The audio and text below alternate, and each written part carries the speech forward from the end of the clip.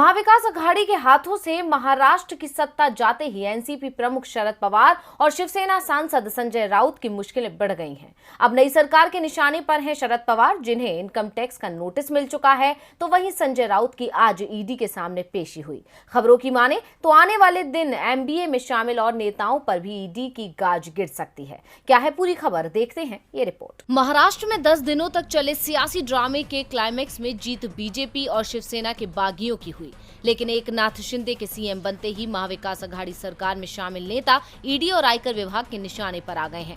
आज संजय राउत ईडी के सवालों का सामना करने ईडी दफ्तर पहुंचे, जहां उनसे पात्रा चौल लैंड स्कैम में करीब 1034 करोड़ के घोटाले के आरोप में सवाल किए गए।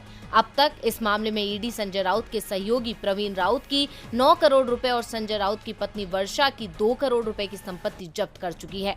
संजय राउत ने आज ईडी के सामने पेशी से पहले ट्वीट करते हुए कहा कि मैं आज दोपहर 12 बजे पेश होऊंगा। मुझे जो समन मिला है उसका आदर करता हूं और जांच एजेंसियों के साथ सहयोग करूंगा।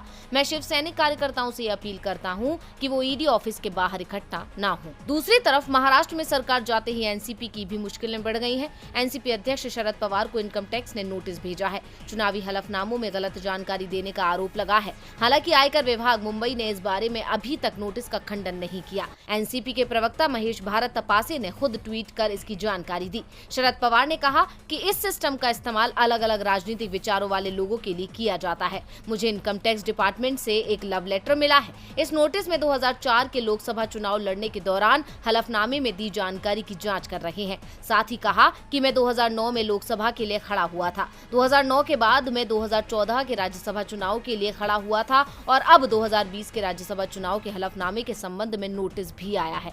किस्मत से मेरे पास सारी जानकारी है। एनसीपी ने नोटिस जारी करने के समय पर सवाल उठाते हुए दावा किया कि केंद्रीय जांच एजेंसियां पार्टी प्रमुख शरद पवार को निशाना बना रही हैं। इससे साफ है कि आने वाले समय में एमबीए के और नेताओं पर जांच की गाज गिर सकती है।